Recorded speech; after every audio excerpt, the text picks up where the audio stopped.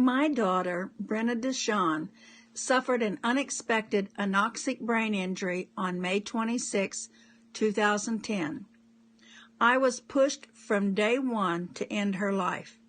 My Christian friends who are strongly against abortion roll their eyes at giving my 27-year-old daughter, 4 classes away from her master's in criminal justice administration, a chance to recover and rehabilitate. Families across this nation and around the world are pushed every day into premature end-of-life decisions by brain injury uneducated physicians who do not have the qualifications to determine the prognosis of healing the brain. They wouldn't even look at what caused my daughter's brain injury, just a major push for ending her life, constantly, day and night. This country has few specialists in the recovery of the anoxic brain. They aren't trained in medical school, and they don't get it on the floor. I have made 6 trips to D.C. trying to get senators to initiate legislation requiring DHHS to document anoxic encephalopathy at point of diagnosis. The process does not have to be difficult or expensive, but I've met the brick wall in D.C. The Barracuda Brigade, people we do not elect, but they are the liaisons who determine what their bosses will see. They control the mail, email, phone calls.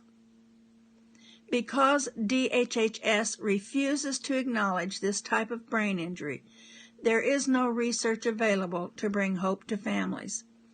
Yet doctors in ERs and ICUs consistently use mythical studies that do not exist to convince families to pull the plug and let their loved one die. It is a horrendous journey and a story I published, available on Amazon, and it's not for the faint-hearted, after my daughter's death, 16 months following her brain injury. She fought hard to recover in a broken healthcare system that refuses to allow the anoxic brain to heal. And at last I knew what possibly caused her brain injury. She had an undiagnosed heart condition, long QT syndrome, that needed a defibrillator at least 1 year prior to her brain injury. Physicians reading her EKGs did not know what they were seeing on her reports, per the attending cardiologist, in the last 4 days of her life. I went to the Right to Life rally on the Capitol steps in Boise a few years ago. When I approached speakers, one of whom was a state senator, I was told my daughter's life was a political issue. No Right to Life group cared when I contacted them about my daughter.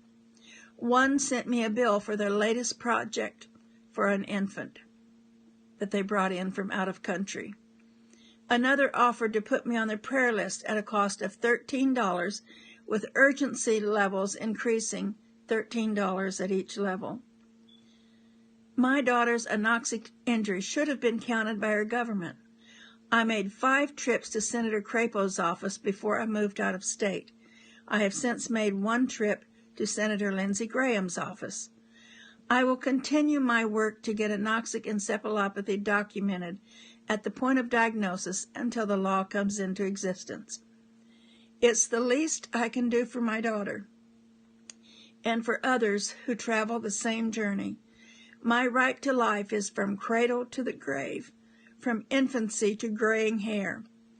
I wouldn't want anyone to travel this road, but the push to prematurely end life begins in ERs across this land by medical professionals untrained in the recovery of the anoxic brain.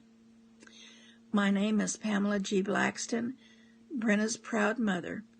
Always and ever, I love my girl.